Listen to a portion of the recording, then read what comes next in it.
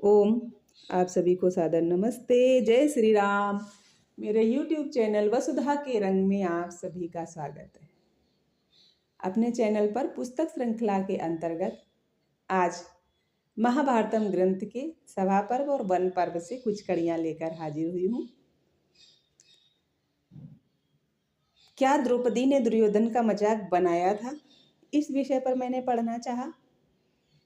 तो जो ग्रंथ मेरे पास है उसमें मैंने ऐसा नहीं पाया। सभा पर्व के 10वें अध्याय में दुर्योधन के मजाक बनाने का विषय अवश्य है। जब मयासुर के द्वारा बनाया गया अद्भुत सभागृह दुर्योधन देख रहा था तो उसे समझ नहीं आ रहा था, जल थल का कुछ समझ नहीं आ रहा था। वो कहीं गिर रहा था, कहीं टकरा रहा था। ऐसी स्थिति में अर्जुन, भीम, नकुल, सहदेव उस पर हंस रहे थे और वो जब द्वार नहीं ढूंढ पा रहा था तो वहाँ पर एक ऐसा वर्णन आता है कि भीमसेन ने कहा कि धृतराष्ट्र पुत्र, द्वार इधर है। द्रौपदी के द्वारा दुर्योधन का मजाक बनाया गया, ऐसा वर्णन अभी तक सभा पर्व में हमें नहीं मिला। इसके बाद जब जुआ खेलने का वर्णन आता है, क्योंकि सामने से पांडवों को जीतकर वो सारी चीज़ें अपने लिए नहीं कर पाते, इसलिए दुर्योधन और शकुनी ने जो भी रणनीति बनाई कि इनको जुए में हराया जाए। सभा पर्व में ही जुए का वर्णन आता है और अध्ययन करते समय हमने पाया कि इस जुआ को खेलने के लिए युधिष्ठिर कतई तैयार नहीं थे, परंतु युधिष्ठिर कहते हैं क्योंकि ये धृतराष्ट्र की आज्ञा है, ये राजधर्म है, इसलिए मैं जुआ खेलने जरूर जाऊंगा, अवश्य जाऊंगा, परंतु इससे कुछ अनिष्ट होने की आशंका अवश्य है। और अध्ययन करते समय मैंने पाया कि जुआ जो है वो 2 बार खेला गया था। पहली बार जब युधिष्ठिर जुआ खेलने बैठे, सब कुछ हारते चले गए। उसके बाद स्वयं को भी हार गए। स्वयं को हारने के बाद द्रौपदी को हारे। अब यहाँ बात आती है, हमें बचपन से सुनते आ रहे हैं हम कि द्रौपदी का सभा में चीरहरण किया गया था, साड़ी उतारने का प्रयास किया गया था, जिसे कृष्ण ने बढ़ाया था। परंतु मेरे पास जो ग्रंथ है स्वामी जगदीश्वरानंद जी द्वारा जो संकलित किया गया है, उसमें साड़ी खींचने का वर्णन नहीं आता है। हाँ, केस खींचने का वर्णन अवश्य आता है कि बाल पकड़ के द्रौपदी के सभा में उनका अपमान किया गया था, खींचे गए थे केस। और वहाँ द्रौपदी ने गुरुजनों से, आचार्यों से, बड़ों से, धृतराष्ट्र से ऐसे ऐसे प्रश्न किए कि वो लज्जित हो गए और धृतराष्ट्र बाद में उनको सब कुछ वापस दे देते हैं। द्रौपदी से वर मांगने को कहते हैं। हमें यहाँ पर यह भी बताया जाता रहा है कि कर्ण ने विरोध किया था, परंतु कर्ण ने विरोध किया था द्रौपदी के अपमान का, ऐसा वर्णन यहाँ पर नहीं आता है।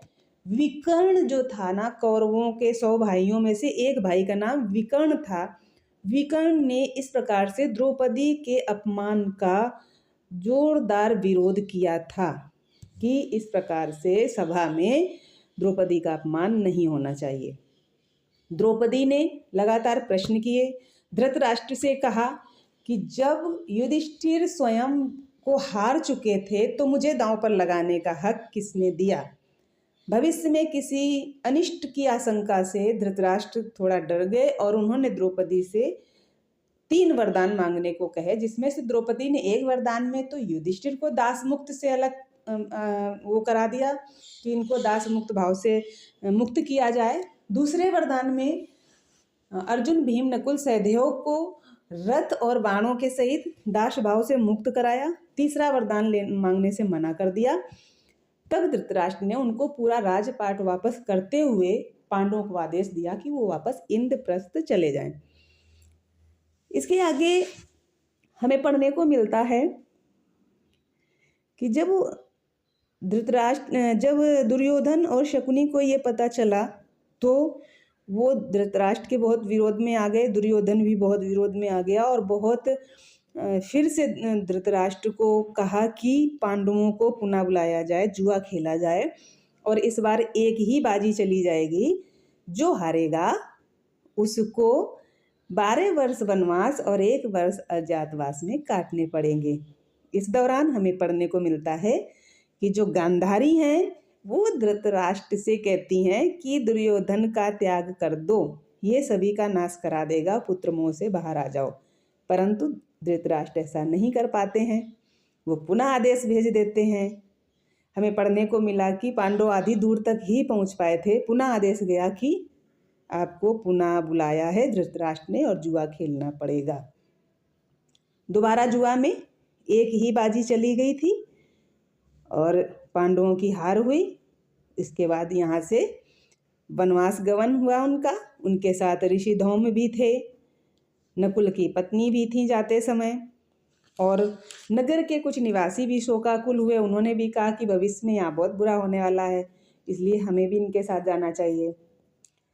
ये सारी बातें हमें सभा पर्व में पढ़ने को मिलती हैं। इस पर्व में कृष्ण का वर्णन कहीं नहीं आता है वन गमन तक।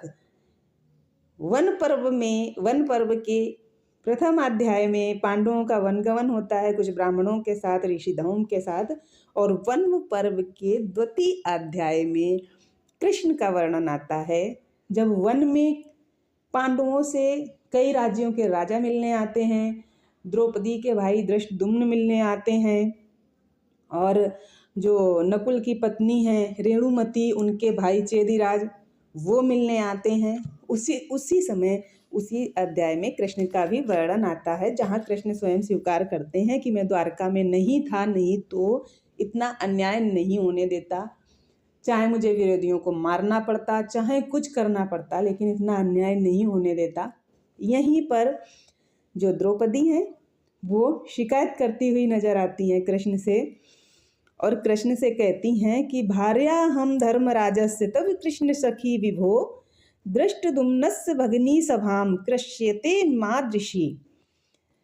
अब देखिए एक चीज यहाँ पर और देखने को मिल गई, पुनः पुनः महाभारतम में ये पढ़ने में आता है कि जो महाराज युधिष्ठिर थे वो द्रौपदी के पति थे। कई बार ये बात पढ़ने में आती है। बाकी हमें पता नहीं कहाँ से ये बात सिखा दी गई कि द्रौपदी के 5 पति थे। बार बार यहाँ भी देखिए द्रौपदी कह रही हैं, वन पर्व के द्वितीय अध्याय के 8वें श्लोक में कह रही हैं, महात्मन कृष्ण मुझ जैसी स्त्री जो धर्मराज युधिष्ठिर की पत्नी, आपकी सखी और धृष्टद्युम्न जैसे वीर की बहन हो, क्या उसके केस पकड़कर सभा में घसीटा जा सकता है? वो भी यहाँ केस पकड़कर घसीटने की बात कर रही हैं।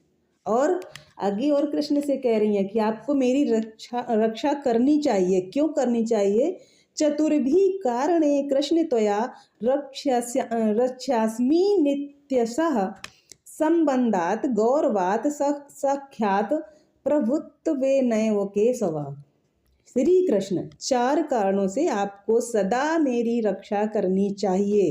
एक तो आप मेरे संबंधी हैं, दूसरे मैं गौरवशालिनी हूँ, तीसरे आपकी सच्ची सखी हूँ, और चौथे आप मेरी रक्षा करने में समर्थ हैं। ये वार्तालाप वन पर्व में द्वितीय अध्याय में आता है जब पांडवों का वन गमन हो गया है, और यहीं पर कृष्ण आश्वासन भी देते हैं। श्री कृष्ण जो हैं द्रौपदी के इन वाक्यों का उत्तर भी देते हैं 10वें श्लोक में, और कहते हैं, बहन पांडवों के हित के लिए जो कुछ भी संभव है मैं वह सब करूंगा, तुम शोक मत करो, मैं सत्य प्रतिज्ञा पूर्वक कह रहा हूँ कि तुम राजरानी बनोगी। यही वो प्रतिज्ञा लेते हैं कि हे कृष्ण, चाहे आसमान फट पड़े, हिमालय पर्वत विदीर्ण हो जाए, पृथ्वी के टुकड़े टुकड़े हो जाए और समुद्र सूख जाए, परंतु यह बात झूठी नहीं हो सकती। यहाँ तक हमें वन पर्व और सभा पर्व से मिलता है कुछ तत्व ऐसे मिलते हैं जो हम बचपन से सुनते आ रहे हैं, लेकिन वो भ्रांति वाले हैं, और यहाँ ग्रंथ में कुछ अलग ही मिलते हैं। तो आज की कड़ी में बस इतना ही। आप लोगों को पुनः सादर नमस्ते। जय श्री राम।